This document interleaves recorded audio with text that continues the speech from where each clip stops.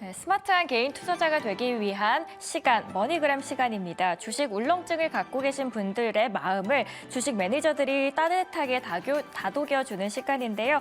먼저 매니저들의 코멘트부터 하나씩 확인해 보도록 하겠습니다.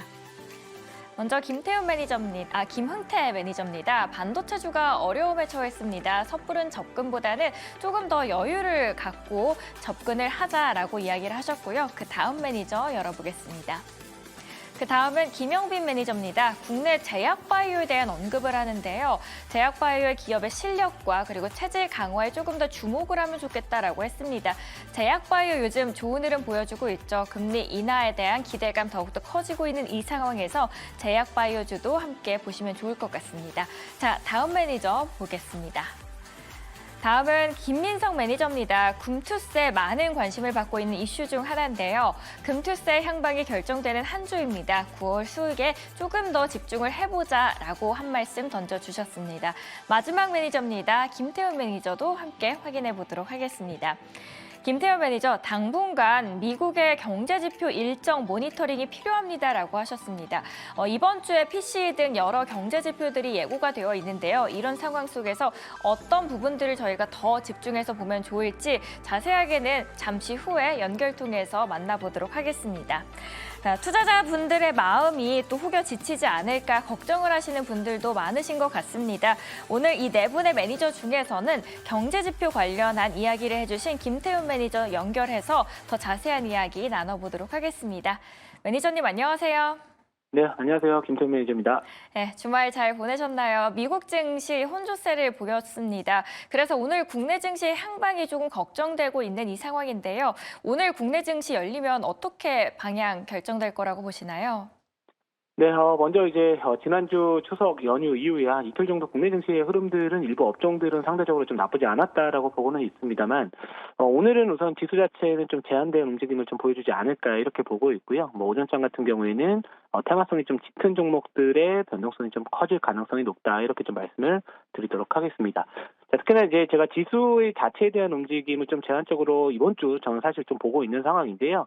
그 이유가 뭐냐면은 지난 4월달 이후에 코스닥이 3주 연속 상승을 했던 경험들이 좀 없다라는 거, 그리고 최근 이 외국인들의 삼성전자에 대한 매도세가 계속해서 좀 유지가 되고 있기 때문에 이 매도세가 진정되는지 여부도 상당히 중요할 것 같습니다. 특히나 이 최근 모건스탠리에서 SK 하이닉스나 국내 이 테크 기업들에 대한 이런 좀 안 좋은 리포트 이야기들이 좀 있는 상황에서 26일 날 마이크론 실적 발표도 예정이 되어 있습니다. 결국에 이 마이크론의 실적 및 추후에 이 가이던스에 대한 부분들이 어떻게 나오느냐에 따라서 단기적인 또 반도체 섹터에 대한 좀 영향을 줄 수 있는 부분들이 있기 때문에 지수 자체는 우선은 약간은 좀 제한된 움직임을 보여주지 않을까 이렇게 보고 있는 상황이고요.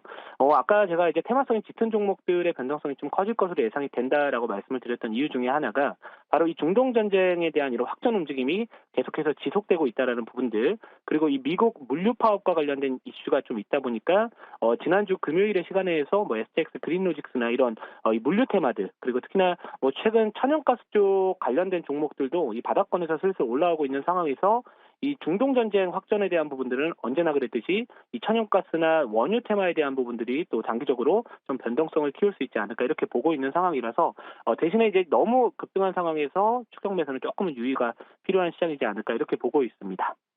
네, 중동 전쟁으로 인해서 미국 물류 테마의 영향과 함께 천연가스 테마주들의 변동성에 대해서 언급을 해주셨습니다.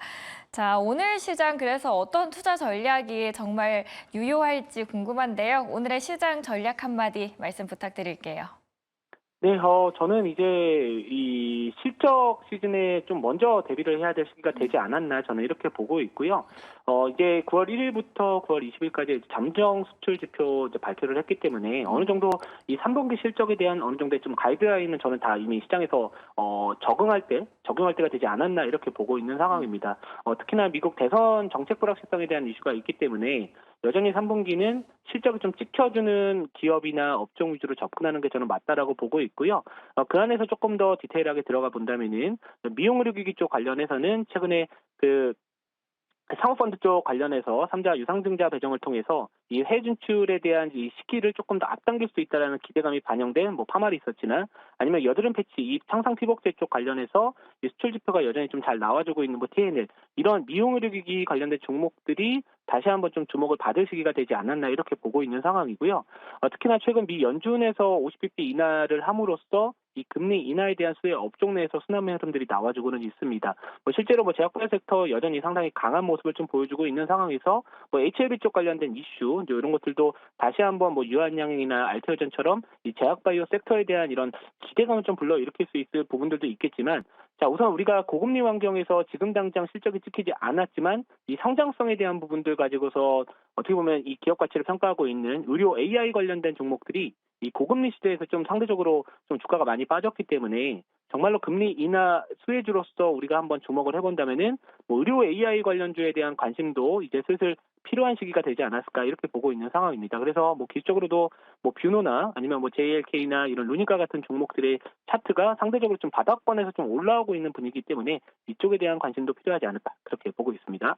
네, 오늘 시장의 전략에 대한 이야기 함께 들어봤습니다. 지금까지 MBN골드 김태윤 매니저와 함께 이야기 나눴습니다. 오늘 말씀 고맙습니다. 네, 감사합니다. 네, 미국 대선이 한 50일 정도 남았습니다. 여기를 앞두고 이제 어떤 전략을 펼쳐야 할지에 대한 이야기 나눠주셨는데요. 미중 반사 수혜 업종, 미용 의료기기, AI 업종들에 대해서 긍정적인 이야기 나눠주셨습니다. 자, 지금까지 시장의 투자 전략 함께 알아볼 수 있는 머니그램 시간 함께 하셨습니다.